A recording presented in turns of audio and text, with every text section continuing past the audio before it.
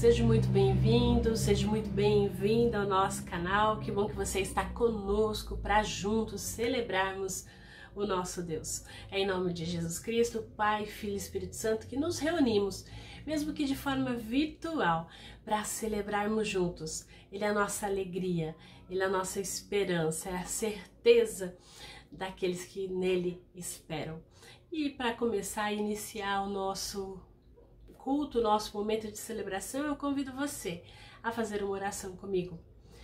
Querido Deus, nós te damos graças por este momento de culto que tu nos dá. Senhor, nós te pedimos, nos ajude e ouve-nos com atenção. Que a leitura da tua palavra, Senhor, seja para nós esperança. Que ela nos fortaleça também, Senhor. Fala conosco, nós te pedimos. Que ela nos anime, Senhor, que ela nos console diante das dificuldades.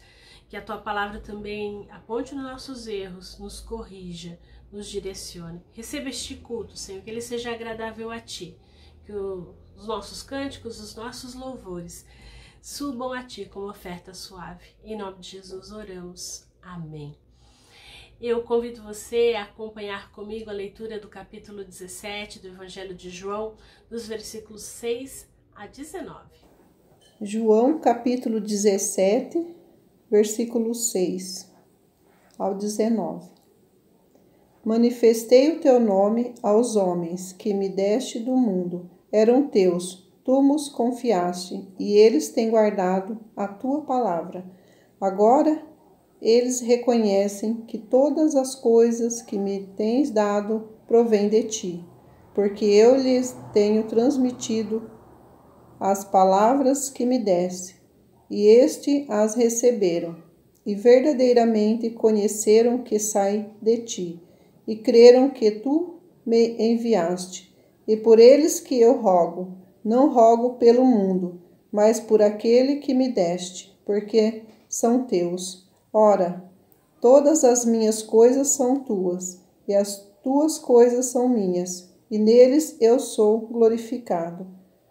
Já não estou no mundo, mas eles continuam no mundo, ao passo que eu vou para junto de ti.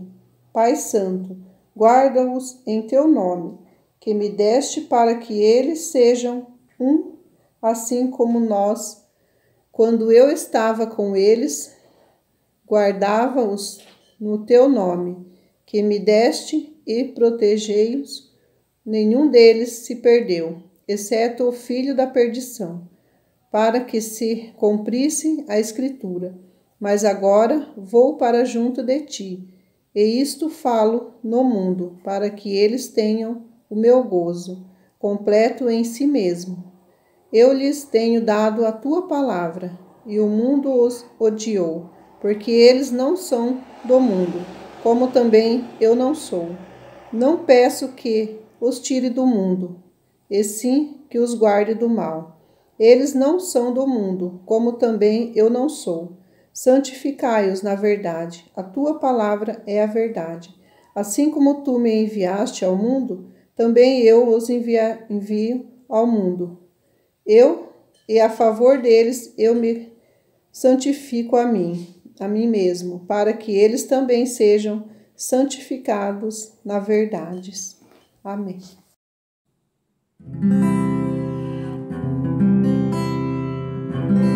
Senhor, incline-se para ouvir o meu clamor. Necessitado eu sou, venha me socorrer. Guarda minha alma, pois eu sou fiel a ti. Salva o teu servo, tu és meu Deus. Ensina-me, Senhor, o teu caminho. Faz-me andar, Jesus, em tua verdade. Louvar-te-ei, meu Deus, enquanto eu viver. Une meu coração teu coração. Senhor, incline-se a ouvir o meu clamor. Necessitado eu sou, venha me socorrer. Guarda minha alma, pois eu sou fiel a ti. Salvo teu servo, tu és meu Deus. Ensina-me, Senhor, o teu caminho. Faz-me andar, Jesus, em tua verdade. Louvar-te-ei, meu Deus, enquanto eu viver.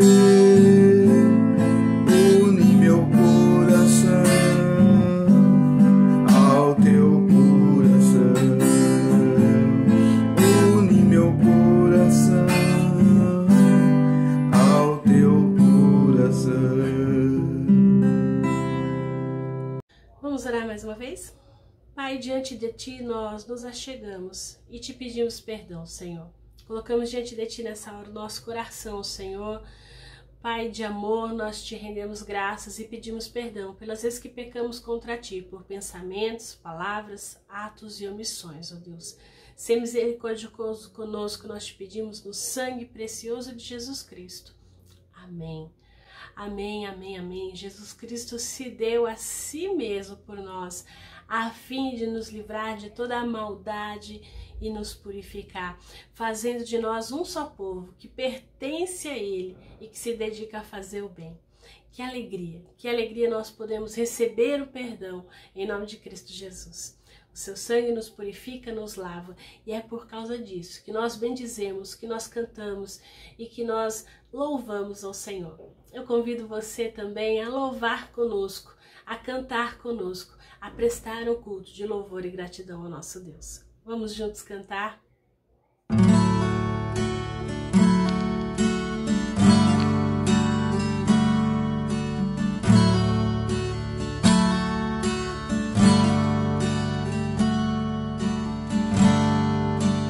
Ele não tinha qualquer beleza ou majestade para nos atrair.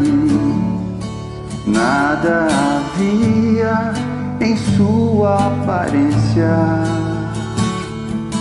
para o desejar,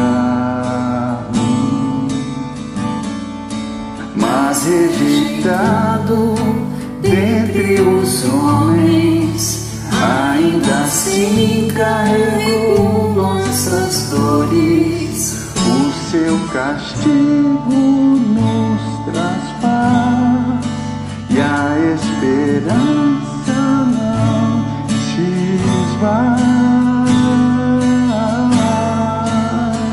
A oferta pela culpa Ele ofereceu pra satisfazer o Criador. Ele morreu pra que a sua luz em nós pudesse brilhar. O Filho do amor se entregou em nosso lugar.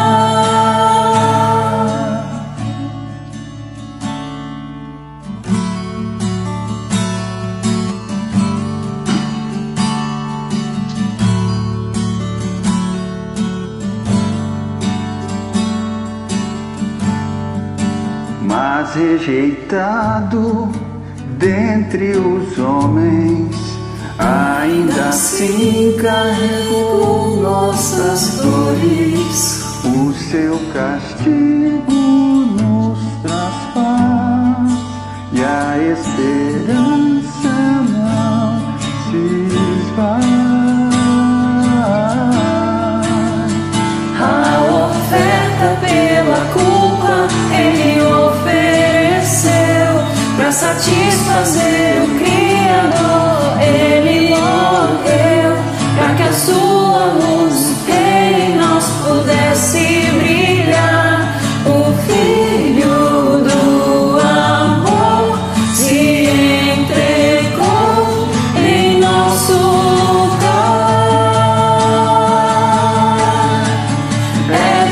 Cordeiro que pelos nossos pecados foi esmagado, sem dizer uma só palavra, se entregou aos cravos, derramou sua vida até a morte, provando aí a marca pra nos dar sua doce graça e nos fazer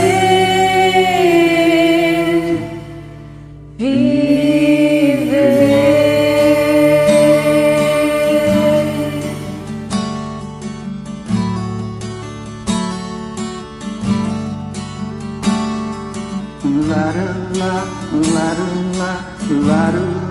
Louvado seja Deus.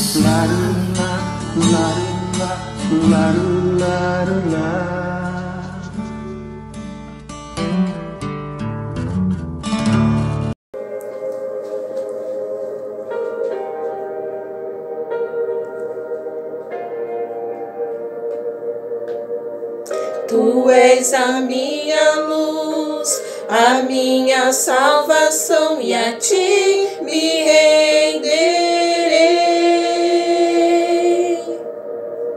Se ao teu lado estou, seguro em tuas mãos, eu nada temerei.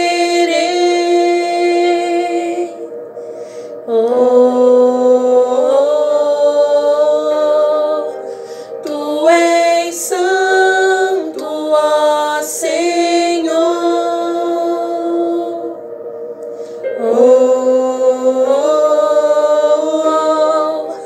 Tu és digno de louvor.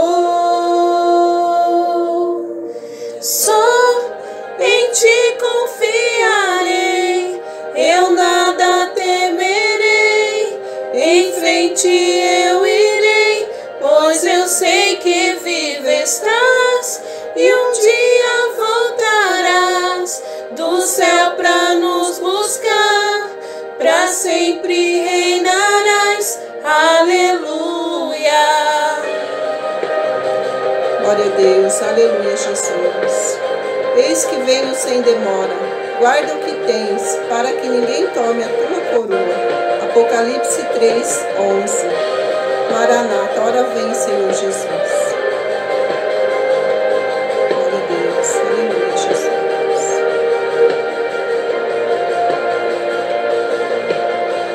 Tu és a minha luz, a minha salvação, e a ti me renderei. Se ao teu lado estou, seguro em tuas mãos, eu nada temerei.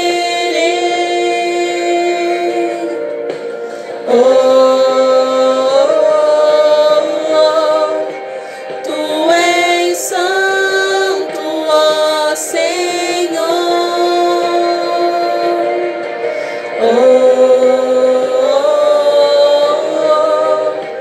Tu és digno de louvor.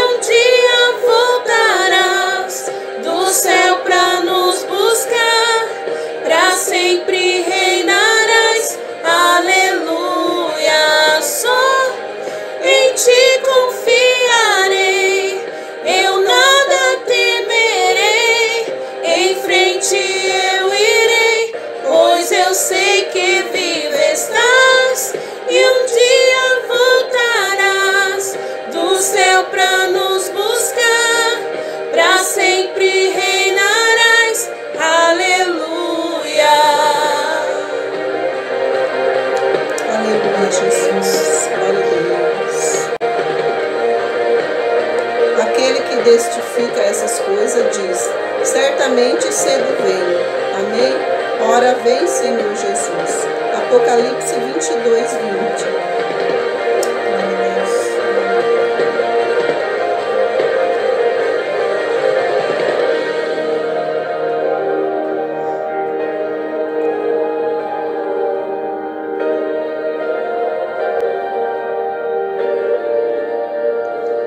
Vem Jesus,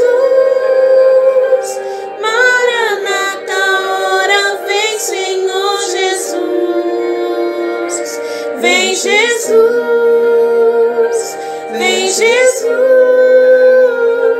Maranata, ora vem Senhor Jesus.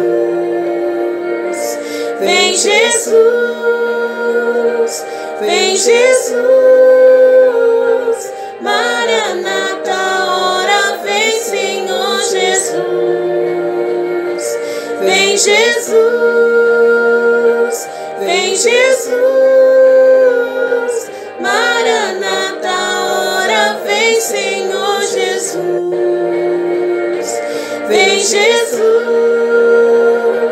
Vem Jesus,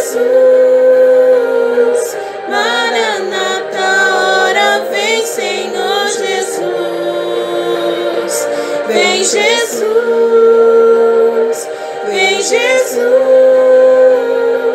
Maranata, ora vem Senhor Jesus.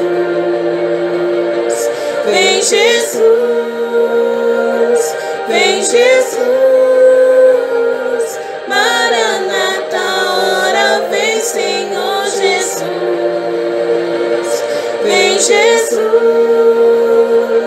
Vem Jesus, Maranata, ora vem Senhor Jesus. Aleluia. Glória a Deus. Olá, irmãos, tudo bem? Nós gostaríamos de convidar você a participar conosco no dia 29 do culto de 1 ano de louvor a Deus pela vida da Esther, onde nós também celebraremos o batizado dela. Inicialmente o culto será transmitido também online, então se você não puder estar conosco presencialmente, participe conosco online. Será no dia 29, às 4 horas da tarde. Esperamos por você.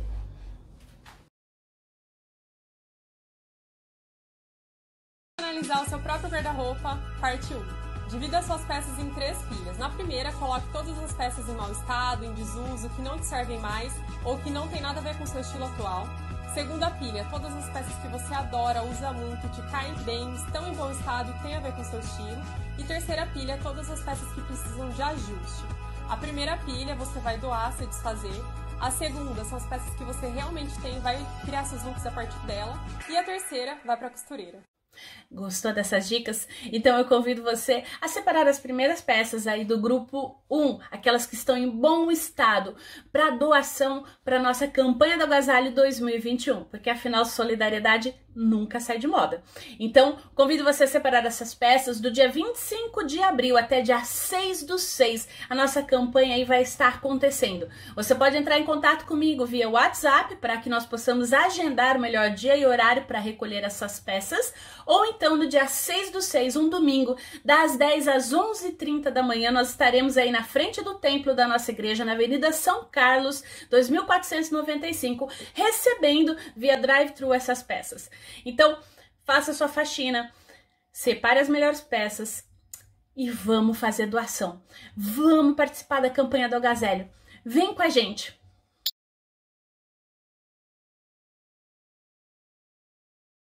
Upgrade, do inglês, subir de grau. Um upgrade traz novas funcionalidades, melhora o desempenho, segurança, comodidade e qualidade dos seus equipamentos, serviços e programas, entre outras coisas. De modo geral, um upgrade vem para agregar qualidade na forma que nós usamos todo e qualquer equipamento. Já pensou em como pode ser bom isso para a sua família também, independente do tempo e de como está seu relacionamento familiar? Sempre é bom e é sempre a tempo de refletir a luz da palavra de Deus sobre isso. Por isso, convidamos você, nesse mês de maio, mês da família, a fazer um upgrade no seu relacionamento familiar. Não se trata de uma renovação do conceito, mas um desafio de avaliar o que vivemos hoje em tempos de pandemia, sobre como renovar, reorganizar e alinhar o nosso lar. Vem com a gente! A graça e a paz do nosso Senhor Jesus Cristo. Nós estamos falando nesse mês de maio sobre a família, sobre como fazer um upgrade na família. Nós falamos sobre fazer o download do Evangelho, nós falamos sobre deletar os malwares e hoje nós vamos falar sobre o Safe Mode. Provavelmente você já cruzou com esse item da informática na sua vida virtual aí. O Safety Mode, ou modo de segurança, é um modo especial em que o sistema fica onde as tarefas de fundo e as suas extensões elas são desligadas momentaneamente para ajudar você a resolver algum problema, ou seja, define-se uma prioridade, o sistema todo desliga o resto e vai resolver aquela questão. E o Safety Mode ele serve então aí para ajudar o sistema, então além de detectar problemas, poder consertar, poder voltar ao funcionamento normal da máquina, do celular, do sistema operacional que você costuma utilizar. Essa função ajuda aí os usuários a fazer uma análise, a recuperar o sistema, a corrigir erros, de software, sem qualquer alteração daqueles aplicativos, dos programas que estão instalados no seu computador, no seu celular, para que você não perca também arquivos, enfim. E o modo de segurança, então, ele vai operar para que problemas mais sérios não sejam prejudicados e o seu computador ou o seu celular aí tenha uma perda. E eu gostaria de refletir com você então, trazendo essa ideia aí do Safety Mode para a família. Nós vamos falar de um assunto que é bem delicado. E a minha pretensão aqui não é dar aula nenhuma, porque igual vocês eu também estou aprendendo com vários itens que eu vou trazer aqui, que eu vou abordar nessa mensagem aqui para vocês. Mas muitas famílias em tempos de pandemia entraram em Safety Mode, entraram de forma consciente ou inconsciente, entraram em Safety Mode no que diz respeito à questão financeira.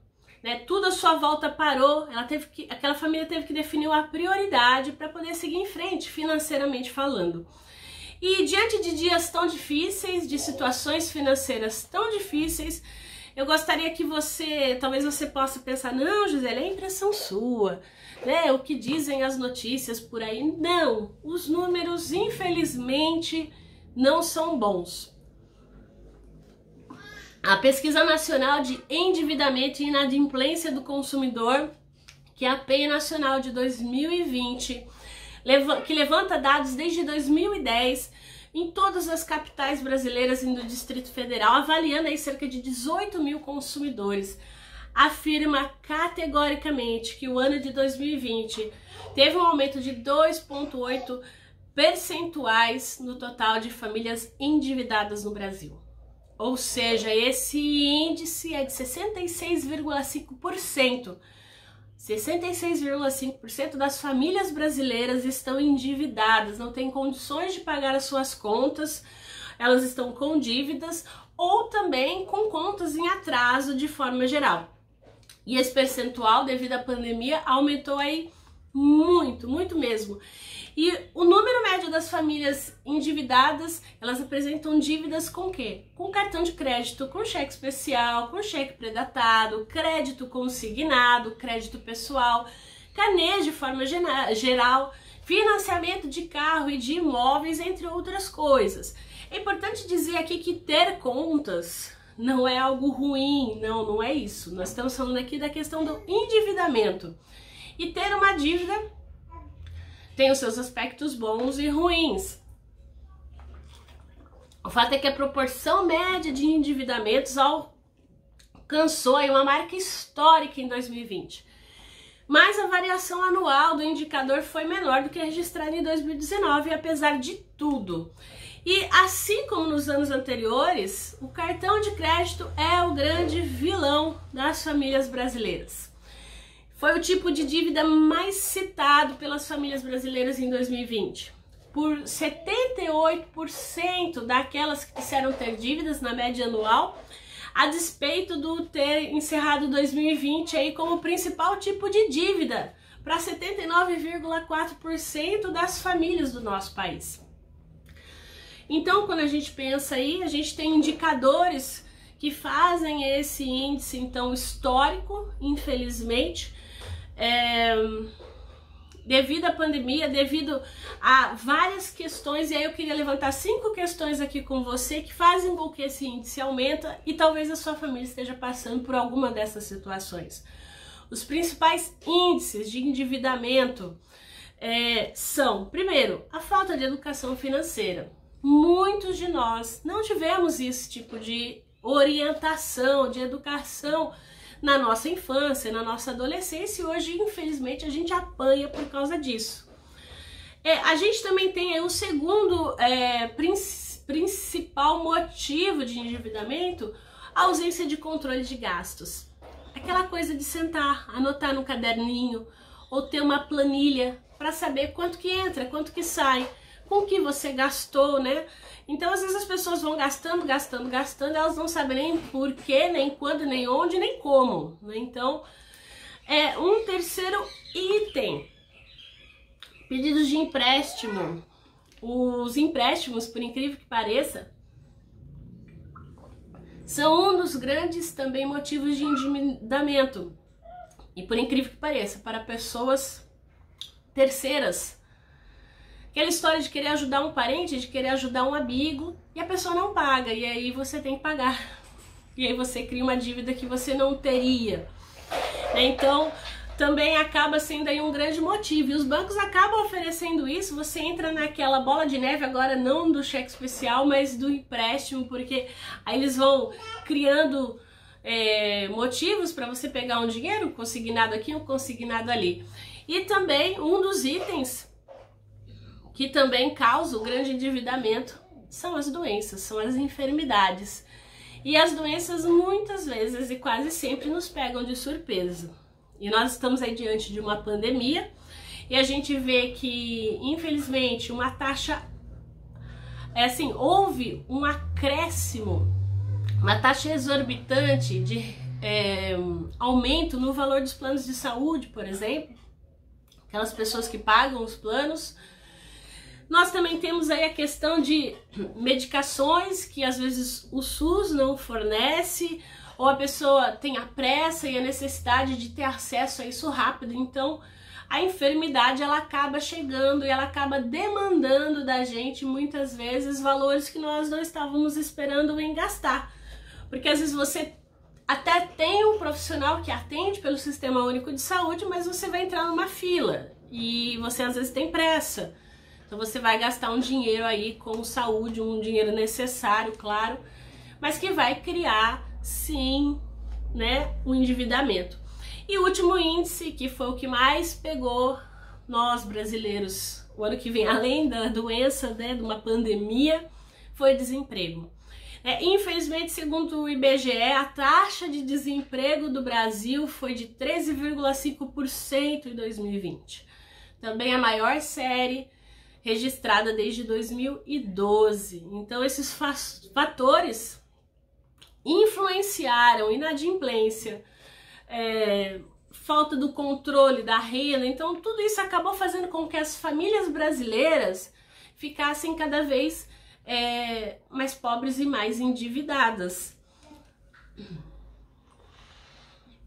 O fato é que o reconhecimento desse problema, saber que em algum momento a gente se desequilibra e a gente pode sim entrar numa questão aí de endividamento excessivo. O que é o endividamento excessivo? É quando você se dá conta que você não dá conta de pagar as contas do mês. E o dinheiro falta.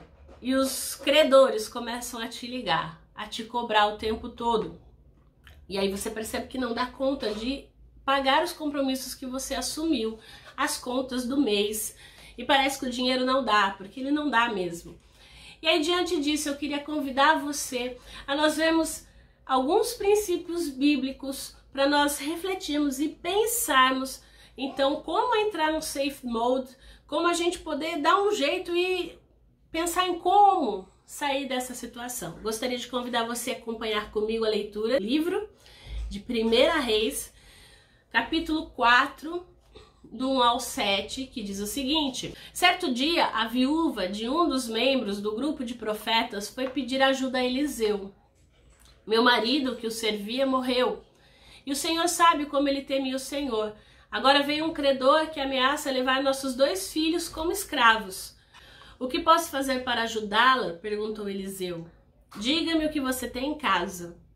Não tenho nada, exceto uma vasilha de azeite, respondeu ela.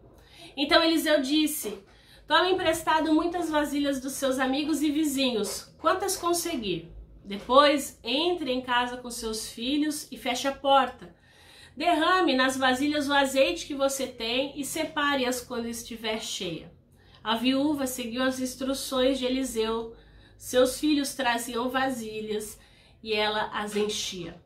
Logo, todas estavam cheias até a borda. Traga mais uma vasilha, disse ela a um dos filhos. Acabaram as vasilhas, respondeu ele. E o azeite parou de correr. Quando ela contou ao homem de Deus o que havia acontecido, ele lhe disse: agora, vende o azeite e pague suas dívidas. Você e seus filhos poderão viver do que sobrar. Palavras do Senhor. E eu gostaria de pensar com você em 7 princípios a partir desse texto. 7 princípios que vão nos orientar no que diz respeito à questão financeira. Primeiro princípio: uma vida séria com Deus não nos isenta das adversidades e das fatalidades. O texto começa dizendo: teu servo, meu marido, morreu e tu sabes que ele temia o Senhor. Muitas vezes nós achamos que por sermos crentes, as fatalidades e as adversidades não vão bater na nossa porta. Quem disse isso para você, meu irmão e minha irmã? Talvez não tenha lido toda a Bíblia. Porque a Bíblia diz que nós vamos ter aflições, mas para a gente ter bom ânimo, que Jesus estaria conosco o tempo todo. Então nós temos inúmeros exemplos na Bíblia de servos e servas de Deus que passaram por adversidades, por fatalidades. Temos José, temos Jó, temos Paulo, entre tantos outros. Então, a primeira coisa que a gente tem que ter em mente, que nós podemos servir a Deus, sermos fiéis em tudo, que mesmo assim um dia a adversidade e a fatalidade vai bater na nossa porta, vai entrar pela porta, nós vamos ter dificuldades. Segundo princípio: jamais confunda confiança em Deus com um estilo de vida inconsequente. O verso 1 continua: mas agora veio um credor que está querendo levar meus 2 filhos como escravos. Naquela época, é importante lembrar que quando uma pessoa não tinha condições de pagar uma conta, ela podia se tornar escrava da outra e o seu serviço pagar essa despesa.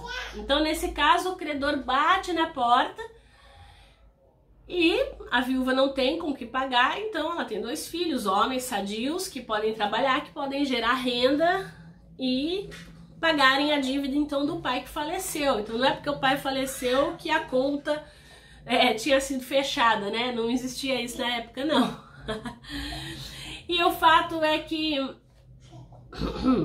a gente vê que uma vida inconsequente, ou seja, aquele servo que morreu, ele com certeza não pensou que poderia morrer, deixar uma dívida para a família.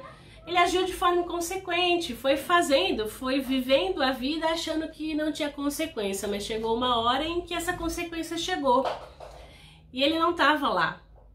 Então isso é muito importante a gente pensar, porque às vezes a gente acredita, porque a gente tem fé, porque a gente trabalha para Deus, a gente vai vivendo de forma inconsequente. A gente não contribui com nenhuma previdência, seja privada ou INSS. E aí, de repente, a morte e a adversidade pode chegar e os nossos filhos vão ficar desprovidos. Nós não trabalhamos ou investimos, guardamos algum valor para o dia mal, para um fundo de emergência. Enfim, muitas vezes também nós achamos que é só curtir. vai curtir, viajar, comer bem, enfim. E não guarda, não sobra nada, né? Acaba... Tudo é para curtir. E o fato é que a gente não é jovem a vida toda. Terceiro princípio que nós podemos tirar desse texto.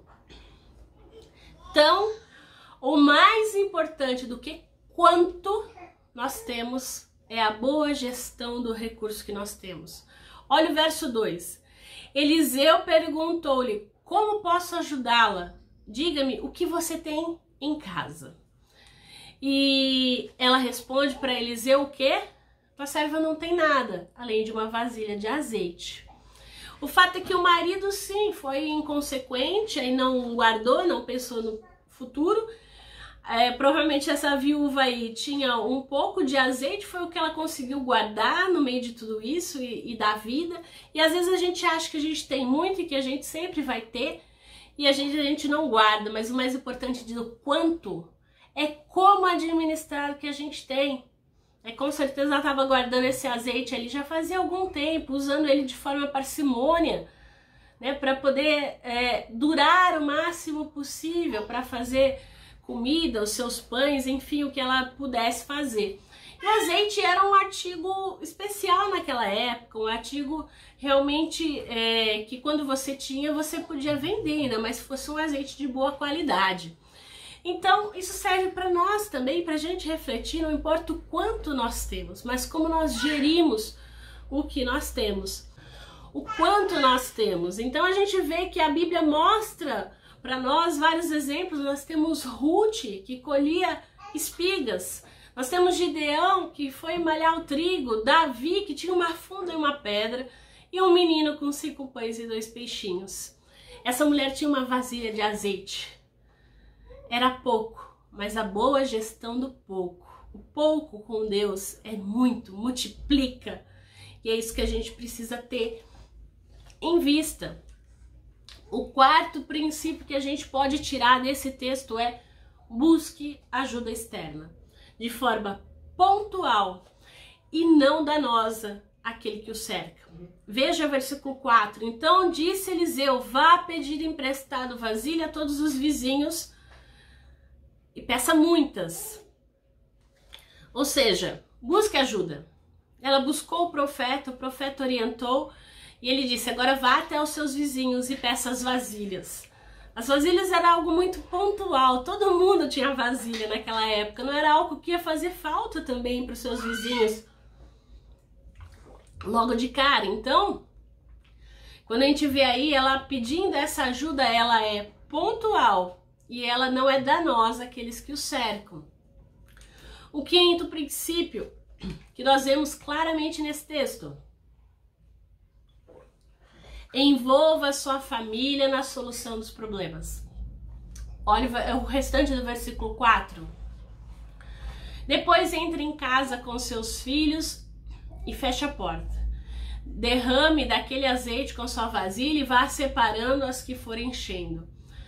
Entre em casa com seus filhos e feche a porta. Chama a família para vir junto. Senta com eles. Mostra o problema.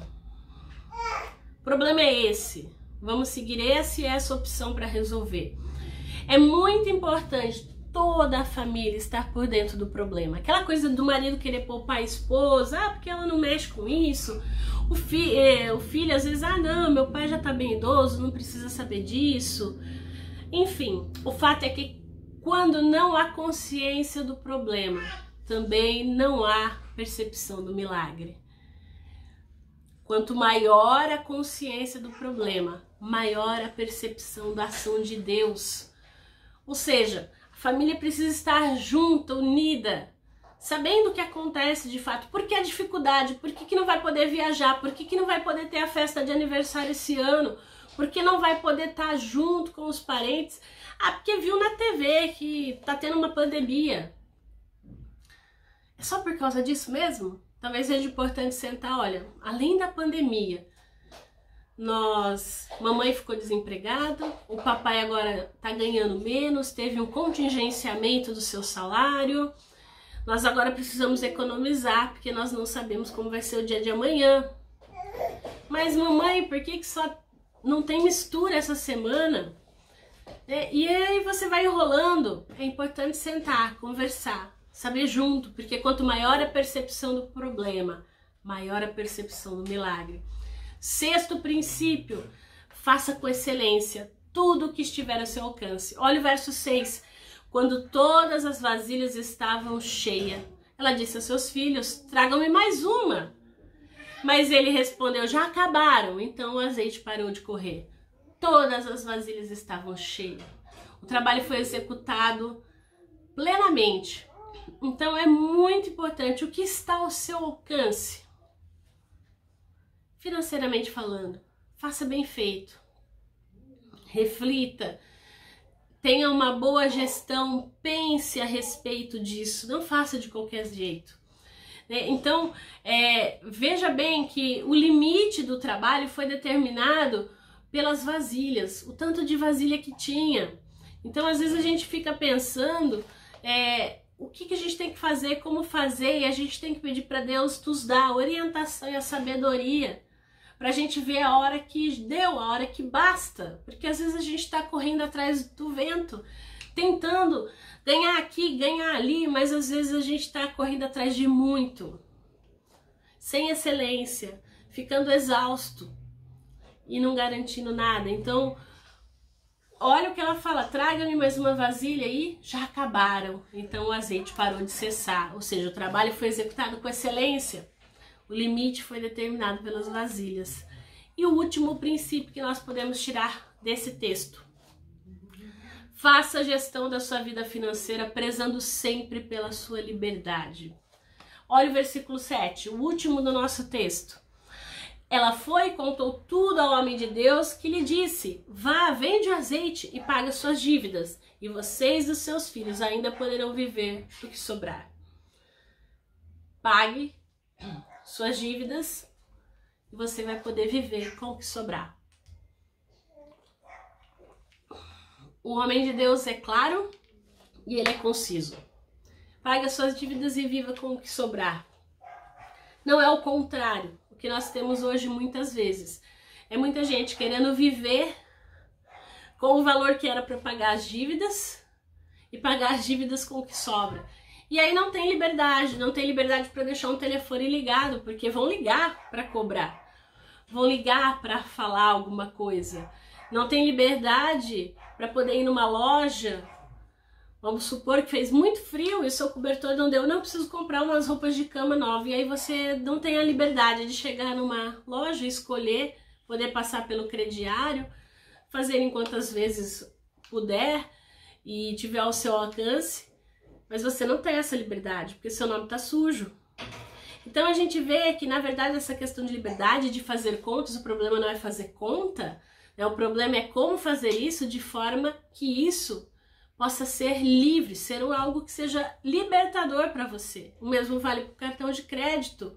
Ou seja, saber usar o que se tem de forma saudável, que isso não te prenda, para que isso não seja o restringidor da sua liberdade, do seu ir e vir, do seu decidir, de uma emergência que talvez você precise, mas você não tem. Então, a sua liberdade, ela acaba sendo limitada em alguns aspectos, se você não faz uma boa gestão de suas finanças. Provérbios 22:7 diz que quem toma emprestado é escravo de quem empresta. E aí a gente tem aí uma questão realmente de liberdade. Você fica preso, seja ao banco, ou seja a pessoa que você emprestou. No caso, a gente às vezes até vê, né? A pessoa cruza na rua com quem tá devendo e vira a cara, faz de conta que não viu. Perde a liberdade de um oi, tudo bem, né? De cumprimentar a pessoa, de ir e vir tranquilamente. Provérbios 21:20, que diz, na casa do sábio a comida e azeite armazenados, mas o tolo devora tudo que pode. O tolo vive pela sua barriga, literalmente, pelos seus desejos. O que eu quero agora? Eu quero viajar, eu quero comprar isso, eu quero comprar aquilo. Mas a pessoa, acaba sendo escrava dos seus desejos, da sua vontade. e ela não vive com o que sobra. Ela sempre vive no limite. No limite financeiramente, no limite da exaustão, no limite dos seus relacionamentos, e isso vai desgastando. Desgastando ela, desgastando a família, desgastando todas as suas voltas. Por isso que eu aconselho, esse princípio ele é maravilhoso, porque ele diz pra gente usar o excedente para manter essa liberdade. Ou seja, não só para manter essa liberdade, mas quando nós pensamos nesse saldo aí, dessa sobra, a gente pode ver que ela também pode existir para quê? Para que a gente possa enfrentar as eventualidades com facilidade, com sabedoria, para aproveitar também as oportunidades, porque aparecem oportunidades, aparecem bons negócios, mas se a gente não tem dinheiro, como fazer esses bons negócios? Também para a gente praticar a generosidade. Que maravilha quando alguém da família tem uma necessidade, a gente pode ajudar essa pessoa, porque não vai fazer falta pra gente, né? Com a graça de Deus tá ali, tá sobrando. E por último, e o mais maravilhoso, essa liberdade nos dá a capacidade de investir no reino de Deus.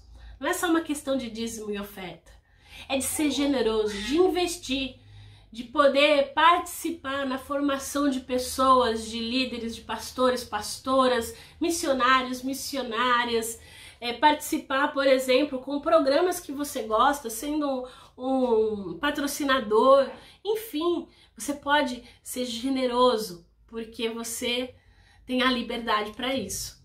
Mas enfim, então, Gisele, como sair então do safe mode? Como sair então dessas dívidas?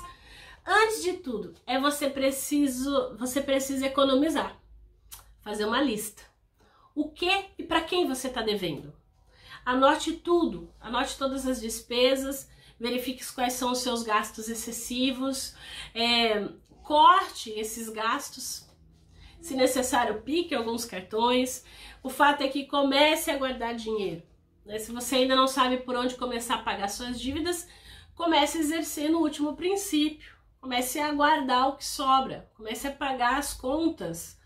Se você tem dificuldade, você pode procurar também ajuda para isso. Hoje em dia existem conselheiros financeiros, orientadores para isso também.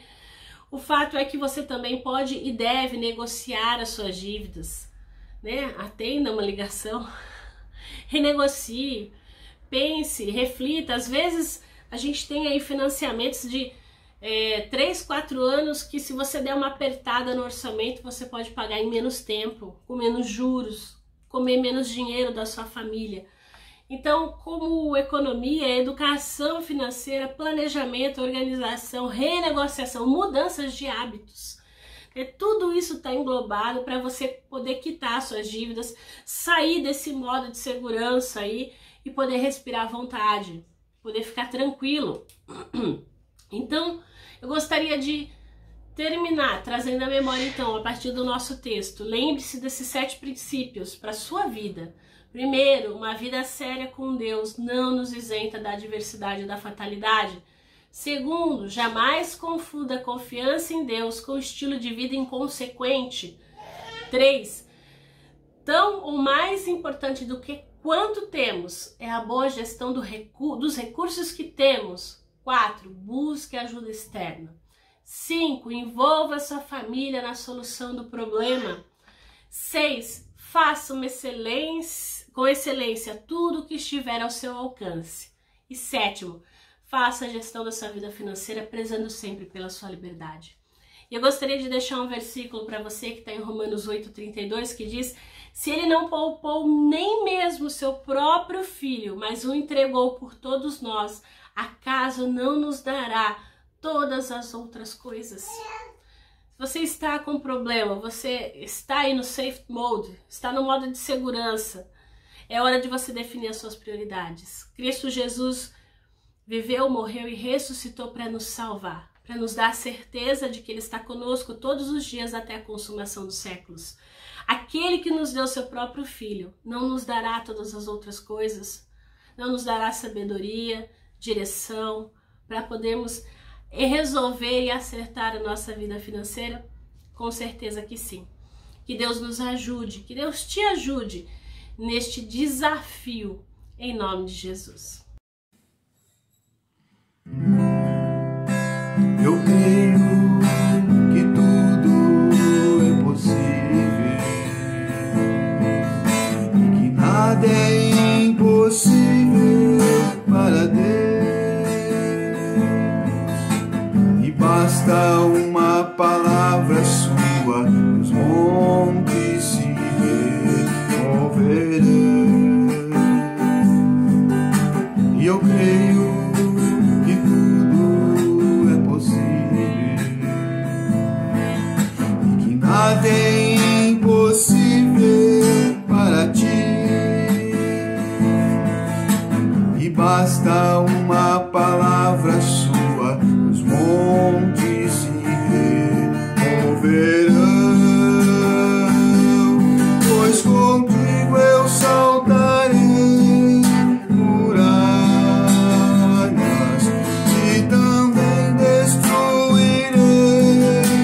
exércitos, eu serei mais que vencedor, pois contigo eu saltarei muralhas e também destruirei exércitos, eu serei mais que um vencedor. Eu creio que tudo é possível, nada é impossível para Deus. E basta uma palavra sua, os montes se removerão. Pois contigo eu saltarei também destruirei exércitos, eu serei mais que vencedor, pois contigo eu saltarei muralhas e também destruirei exércitos, eu serei que vencedor, eu serei mais que vencedor, eu serei mais que vencedor. Senhor Deus, nós te agradecemos pelo encontro com os irmãos e irmãs que aqui tivemos, mesmo que de forma virtual, Senhor. Te agradecemos pela palavra que ouvimos.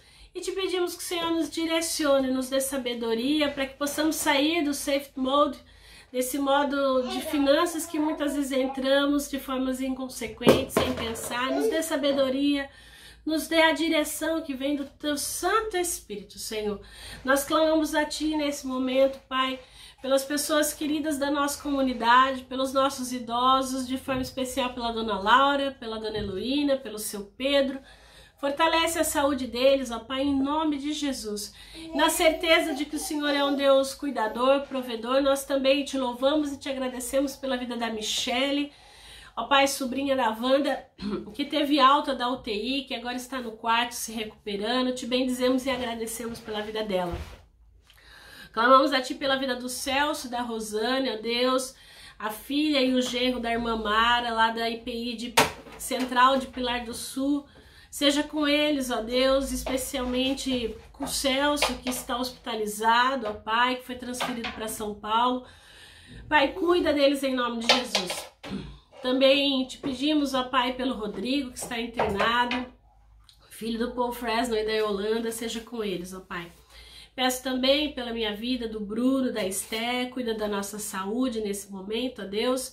E pedimos, ó Pai, por todos aqueles que nesse momento também estão enfrentando o Covid. Seja em casa, isolado nesse momento, seja num leito de enfermaria ou de UTI. Clamamos a Ti, ó Pai, pelo fim da pandemia. Fortalece o Teu povo, dá a direção que vem do Santo Espírito, Senhor, para que possamos sempre, em tudo, dar graças a Ti.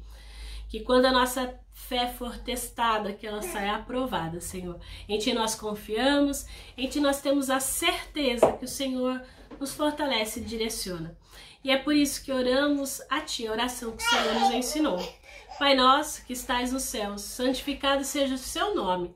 Venha o Seu reino, seja feita a Tua vontade, assim na terra como no céu. O pão nosso de cada dia nos dai hoje, perdoa as nossas dívidas, assim como nós perdoamos aos nossos devedores. E não nos deixes cair em tentação, mas livra-nos do mal, pois Teu é o reino, o poder e a glória para sempre. Amém. O Senhor te abençoe e te guarde. O Senhor faça resplandecer o rosto sobre ti e tenha misericórdia de ti. O Senhor sobre ti levante o rosto e te dê a paz. Que o Deus Trino, Pai, Filho e Espírito Santo seja com você hoje e sempre. Amém.